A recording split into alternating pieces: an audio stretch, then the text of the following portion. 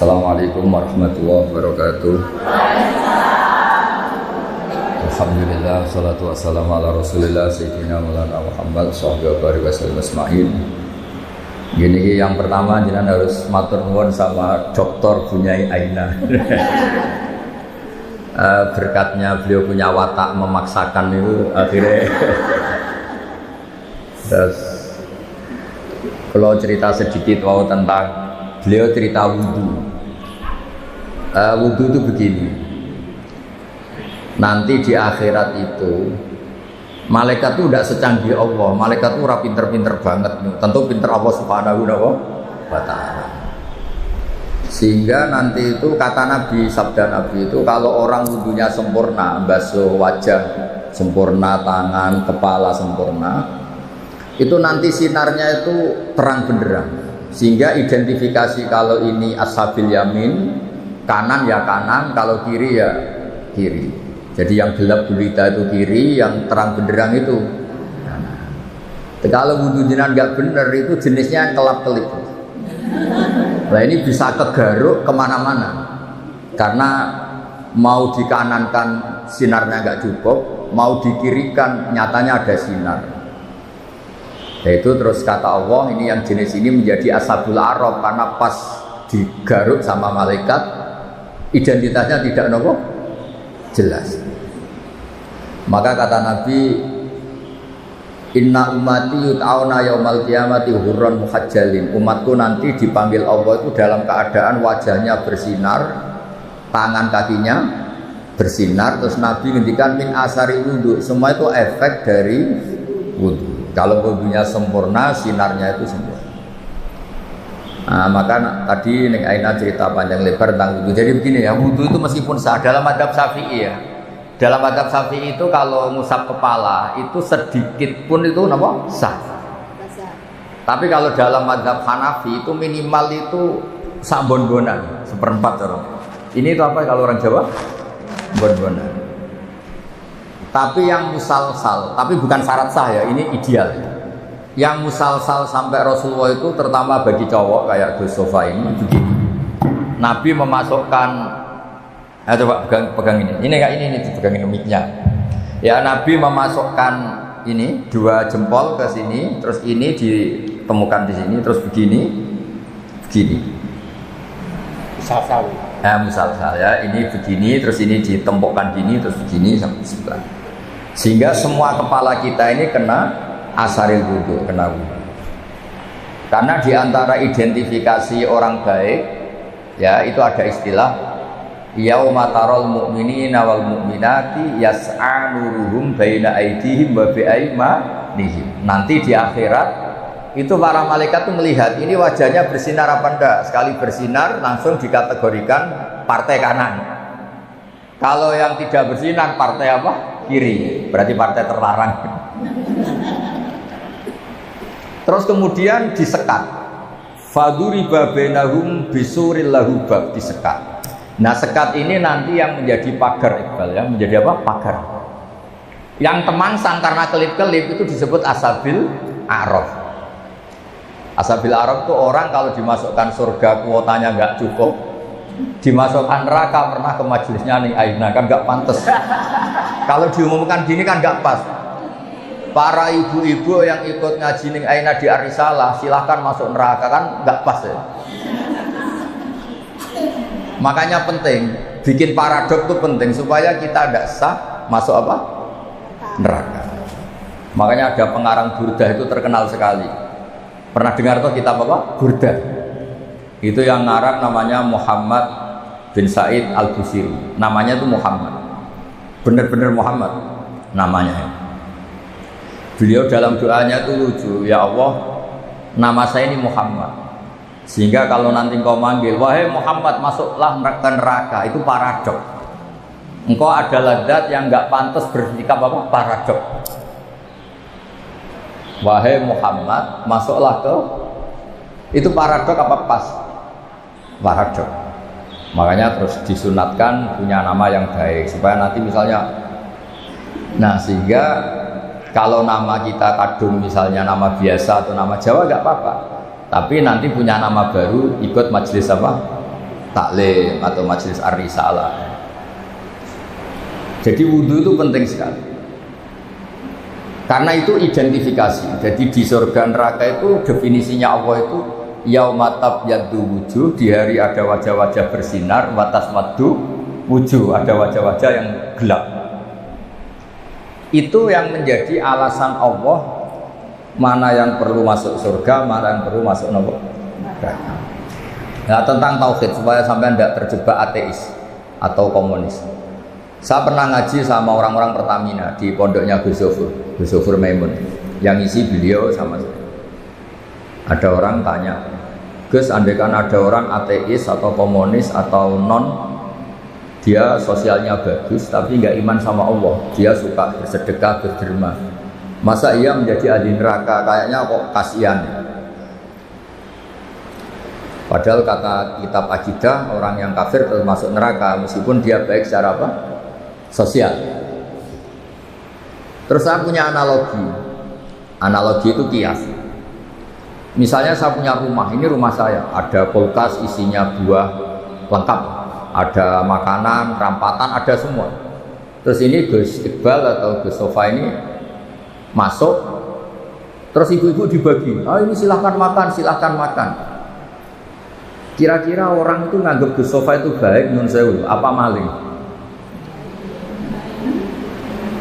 Dari segi ngasihnya baik, tapi yang dikasihkan milik orang. Tidak ngakui jasanya yang punya. Ketika Anda baik tapi ateis, silahkan minum. Tapi kamu nggak pernah berpikir kalau itu minum itu ciptaannya Allah Subhanahu wa Ta'ala. Silahkan tempat rumahku. Memangnya bunyi gayanya baik kan? Gayanya Allah Subhanahu. Masuk toh? Artinya betapa fatalnya orang yang tidak ngakui Allah Subhanahu wa Ta'ala. Ketika orang nggak ngakui eksistensi Allah, ternyata dia ngamal atau berderma dengan sesuatu yang tidak miliknya, tapi merasa miliknya. Itu buruk apa baik? Buruk. Nah, itu kenapa orang-orang yang tidak ngakui eksistensi Allah, apapun baiknya tetap kena sanksi. Itu ibarat Gus Sofa atau Gus Iqbal ini masuk rumah saya, isi kulkas disedekahkan, isi uang disedekahkan. Dari segi sedekahnya baik, tapi ditangkap sama bubulwan itu dianggap pidana ya. Itu kira-kira diapresiasi apa ditangkap? Ditangkap apa diapresiasi? Ditangkap. Ibu-ibu kalau numpang suami sedekah sama tetangga gak pamit suami, diapresiasi apa dimarahi? Nah, itu pentingnya iman sama Allah Subhanahu. Kalau kita iman kan kita ngasih tetangga tidak sok berjasa karena kita yakin uang ini milik Allah Subhanahu. Makanya saya termasuk kiai baik. Kata orang banyak saya ini kan termasuk kiai pinter. Tapi kenapa saya tetap tawadhu? Karena saya tahu ilmu saya itu milik Allah Subhanahu. Sehingga saya tidak perlu nuntut dengan hormat saya, misot-misot, nggak perlu. Ya sudah begini sudah bagus. Jadi dulu itu sahabat ditanya, ini ceritanya, ibu-ibu mulai dulu kan tukang demo. Ya nggak pernah bener lah mulai dulu memang sudah itu. Tapi tetap masuk surga karena nanti malaikatnya bisa didemo kalau nggak masuk surga. Ibu itu ngaji sama Nabi, itu ada yang jilbabnya miring, ada yang nggak pas, mungkin sebagian ada yang, pokoknya ada yang nggak pas. Mungkin Nun Sewu ada yang sebagian, pokoknya nggak pas. Ya pas ngaji sama Rasul. Ya Nabi betul, Nabi Sayyidul Awalin wal Akhirin. Bareng Umar datang ke majelis, semuanya ibtadarna hijab, semuanya menata apa? Hijabnya rapi gitu. Aku yakin ini adegan tidak ada yang mungkin nggak setegang ini. Misalnya sama saya saja, mungkin ibu-ibu rileks, ini ngaji sama orang baik jadi rileks. Ketika Umar datang itu langsung ibtad, semuanya nata apa? Jilbabnya. Umar malah tersinggung. Dasar perempuan-perempuan jelek, nggak punya akhlak sama Rasulullah. Sama Rasulullah pakai jilbab nggak bener, tapi sama saya malah bener. Jawabnya ibu-ibu, karena Rasulullah itu baik. Karena Rasulullah itu wa anta afaddu wa akhlak. Afaddu itu Anda itu orang yang sadis. Bisanya nyalahkan, biasanya marah. Kamu bisa tahu kan yang mirip Rasulullah itu siapa? Yang mirip Yang mirip Umar itu siapa? Jadi intinya itu Rasulullah itu ya punya majelis untuk perempuan. Bahkan itu punya akibat dan Nabi tetap melanjutkan. Makanya punya akibat itu sering ibu-ibu itu mulai dulu yang engkek ya banyak, yang caper ya banyak. Sehingga Aisyah itu cemburu. Dasar Nisaul Ansor. Iya caper dengan Kanjeng Nabi. Untung Nabi sudah nggak ada. Kalau masih kasihan tuh kiai-kiai nggak payu jadi kiai. Ya Nabi kan ganteng, sopan. Ya, sehingga terus Aisyah cemburu, Sayyidah Aisyah cemburu, terus Nabi malah muji sebaik-baiknya perempuan atau perempuan Ansor, tidak malu tanya urusan apa? Agama. Tapi Aisyah tetap melihat itu sensitif ya cemburu. Karena kadang tanyanya perempuan Ansor itu sampai urusan privat, urusan khas perempuan tentang menyelesaikan haid itu gimana, mandi dari haid gimana. Saat itu kan belum ada syariat, belum ada pondok, belum ada majelis taklim. Jadi memang yang menerangkan harus Nabi sendiri. Jadi semuanya itu ada resiko. Kalau perempuan nggak diajarin nanti nggak tahu cara bebersih, cara sesuci. Kalau diajarin istrinya cemburu. Jadi kayak itu repot. Ya terus makanya terus banyak yang kayak saya terus nganggep lucu saja. Kalau nggak dianggap serius itu repot. Ya jadi Umar ya tak teruskan lagi. Sampai tahu kan sekarang siapa yang Umar? Umar marah, ya aduwati anfusina, wahai perempuan yang nakal-nakal. Harusnya Rasulullah ahakku ayyahabna. Rasulullah itu lebih berhak kamu takut, kamu wibawa, kamu hormati. Kenapa sama saya terus? Ya karena Rasulullah itu lebih baik. Anda ini kasar. Semenjak itu, ya makanya terus orang hubungan dengan Allah juga sama. Kamu punya utang orang 1 juta atau 10 juta, nggak bisa nyaur itu tidak berani ketemu. Tapi kamu sering melanggar perintahnya Allah, itu kita istighfar ya nyaman. Dengan segala kesalahan kita mengadu ke Allah ya nopo nyaman. Sehingga Allah ini nyata sebagai Rahman Rahim itu nyata. Coba ya, Anda pakai motor teman kamu gadekan, itu nggak berani ketemu. Tapi kita pakai sarannya Allah, mulai oksigen, langit, bumi, semuanya kita pakai. Padahal kita sering salah, mungkin sholat kita tidak benar. Tapi istighfar tetap nyaman, nyebut asma Allah ya tetap nyaman. Saking baiknya Allah Subhanahu wa Ta'ala, sehingga tetap bikin nyaman orang-orang meskipun sedang tidak dekat. Makanya ada sebuah hadits qudsi ngendikan, wahai Daud ini nabinya Allah. Saya dengan orang yang lari dari saya itu aswaq, sangat-sangat sayang. Nah di Indonesia kebetulan Thariqah itu bersanad sama hadis-hadis seperti ini, sehingga nggak ada kita adat kiai ngecap orang yang enak. Ngecap itu mensetik masih. Mungkin sebagian kita orang Indonesia masih banyak yang judi online, mungkin sebanyak yang kecanduan narkoba, sebagian kita mungkin masih korupsi, sebagian kita masih nggak bener. Tapi karena agama ini bukan mengadili atau terus membasmi, tapi agama ini membenahi. Kalau ada jalan rusak itu dibenahin apa terus gak dijadikan jalan? Tetap jalan tapi dibenahi. Kalau rumah ada tikus itu rumahnya dibakar apa tikusnya yang disuruh mirip? Gara-gara sanat-sanat seperti itu, sehingga alhamdulillah masyaallah enak kerennya kayak gini tuh peduli. Takut umatnya Nabi itu wudunya salah, sholatnya salah, zakatnya salah. Tidak malah ngadili dasar bego, dasar goblok. Enggak, dibina. Sehingga jenengan harus bersyukur dengan metode seperti ini. Meskipun yang ngeri-ngeri sedap. Saya enggak bayangkan. Andai kan saya ini kan sudah kiai top. Itu kalau kesini itu ya gimana? Lo tanyain anak ya, tadi nyobain kopi saya itu belum. Saya datang belum sampai 10, belum sampai 5 menit, belum ada kopi. Mbok ngaji Gus yo. Nggih. Orang nggih itu bisa saking baiknya atau saking takutnya. Kayaknya yang kedua. Nah, jadi kan ada nih. Di sini aja masih diteruskan. Gimana kalau nggak ditodong? Oh. Nggak ditodong. Pakai mic, ngamuknya pakai mic biar dengar. Saya itu dekat sekali sama Mbak Ma'ruf, suaminya Ning Aina itu beda gitu. Mbak Ma'ruf itu anteng ngaji.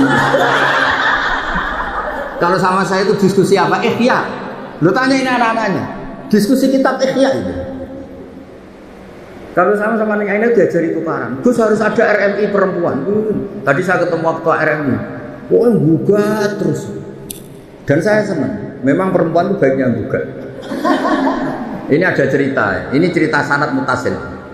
Saya berkali-kali cerita.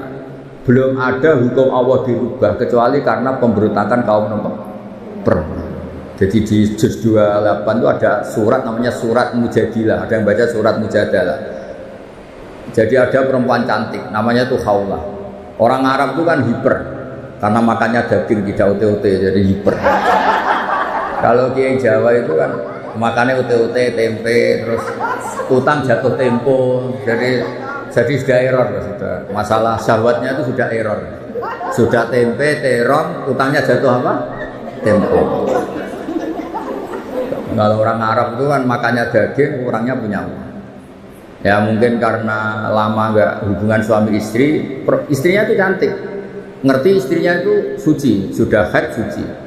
Pas masih sholat tuh diajak hubungan suami istri kan nggak mau, setelah wiridan ya nggak mau. Terus dia marah, didihar, belum dicerai, didihar itu ada satu bahasa yang setingkat talak. Ya pokoknya gitulah, ada satu bahasa setingkat talak.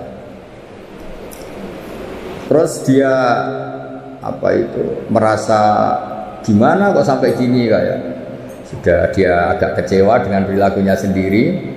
Matur Rasulullah, ya Rasulullah saya ini tadi begini-begini. Nabi menjawab, oh yang kamu katakan itu gimana silati tolak? Yang kamu katakan itu semakna dengan tolak. Berarti istri kamu udah halal bagi kamu. Ya lelaki yang mandok-mandok, meskipun dia tuh ya iman istrinya cantik kok hilang. Waduh, gara-gara kata itu terus kehilangan apa? Istri. Dia kayak gimana gitu. Kehilangan istri cantik itu kan berat. Kehilangan istri jelek aja berat, apalagi kadang ada yang jelek rezeki ini. Sama Gus, ya. Punya suami ganteng juga modern. Ganteng punya uang, nak kere gak pati modern. Karena kalau ganteng kere itu terus error ya, nggak menarik ya. Terus ngowo kayak orang. Walhasil terus ya sudah hukumnya itu cerai. Si suami ini langsung nurut sama Nabi, kehilangan istri. Pulang. Kata istrinya gimana kata Nabi? Dihukumi cerai. Wow, dilabrak Nabi ini perempuan ya. Dilabrak. Ya Rasulullah ini hukum apa? Enggak benar hukum yang kamu katakan tuh enggak benar. Ini hukum apa? Apa-apaan?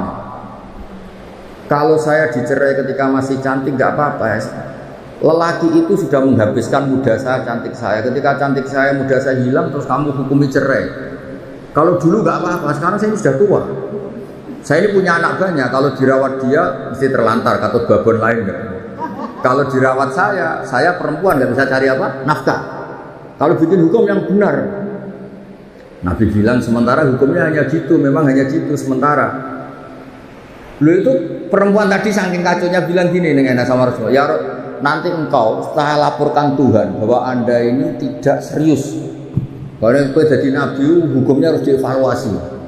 Nah, agak perempuan nggak bisa. Dia pulang, tapi perempuan ini religius. Dia sujud berdoa, ya Allah, kasih tahu nabi engkau bahwa kalau bikin hukum jangan begitu. Lalu itu malaikat datang ke Rasulullah. Mak turuti repot sama wedok. Saya tuh berkali-kali loh ketemu ireng ditodong Gus siapa suruh ngaji. Saya biasa bilang enggak. Jadi kalau ras terkuat di dunia yang ngomong itu bisa masalah besar. Jadi itu Rasulullah Nabi dikomplain. Makanya cerita itu sebagian itu nggak benar. Katanya ada kiai cerita nanti bidadari di surga itu cantik-cantik. Sudah cantik nggak bawel, sudah cantik nggak bawel, terus nggak minta uang belanja, uang salam, oh ya baik. Terus ada santri bilang, Pak Yai, Bunyai di belakang baru datang, tapi paling cantik yang dari dunia. Kok bisa hanya ada ada tambahan itu. Saking takutnya. Akhirnya hukum dihar itu tidak sama dengan tolak. Makanya ada surat ini Sofa tahu Iqbal. Qad sami Allah qaulal lati tujadiluka fi zawji. Allah itu mendengar perempuan yang bantah kamu. Tujadiluka itu bantah, komplain. Kayak apa perempuan? Hukumnya Allah aja dilawan. Kondang ya, prestasinya itu hebat. Cinta bagus. Ya tadi kaulah tadi. Dan penerusnya maksudnya. Kaulah dan apa? Dan penerusnya. Tapi itu menjadi berkah. Andaikan tadi perempuan tadi tidak komplain, mungkin tidak ada hukum seperti itu. Jadi makanya komplain itu penting kalau sudah muqaddar. Jangan pernah dengar kan, sholat itu pertama 50 apa 50. Itu berkahnya Nabi Musa yang tukang komplain. Kalau tidak ada komplain bisa 50. Jadi berkah komplainnya Nabi Musa itu. Kayak Neng Aina, dia kan tidak model gini, mungkin saya tidak ngaji sama dia.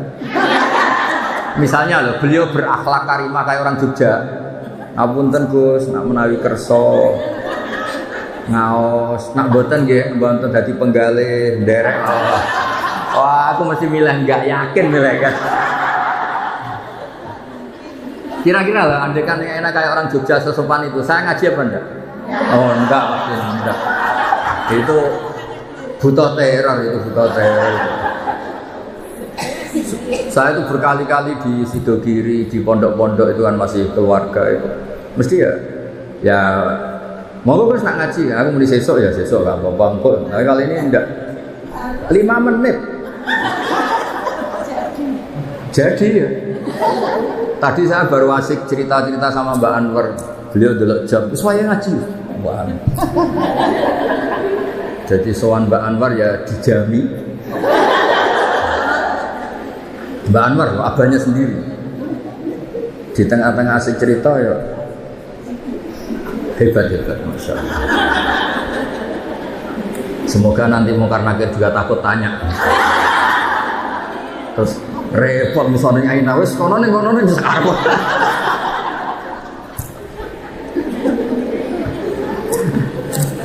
Jadi Allah itu memang zat yang luar biasa. Sesuatu itu kalau didesain sesuai awalnya itu mesti bagus. Meskipun kita kadang tidak cocok. Misalnya perempuan itu komplain, itu ya memang Allah desain gitu. Mungkin baiknya komplain.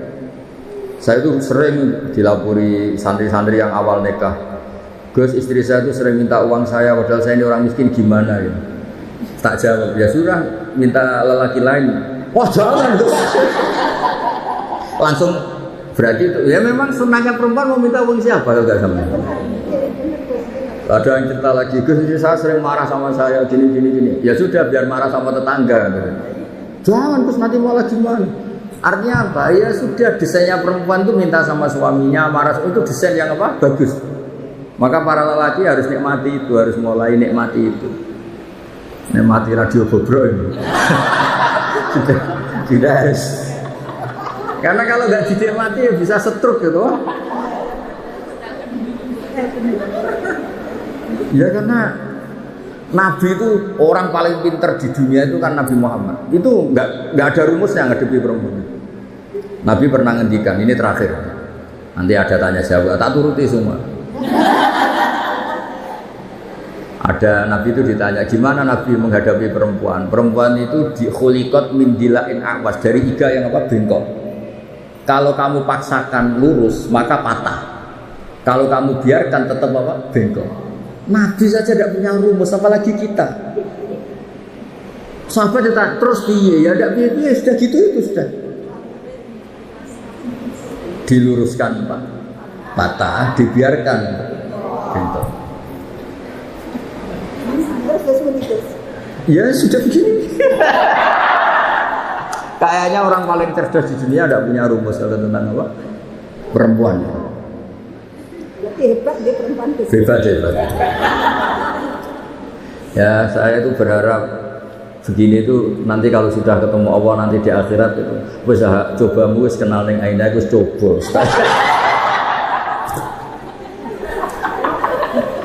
Insya Allah berkah dicoba ini min ahlil apa? Jangan.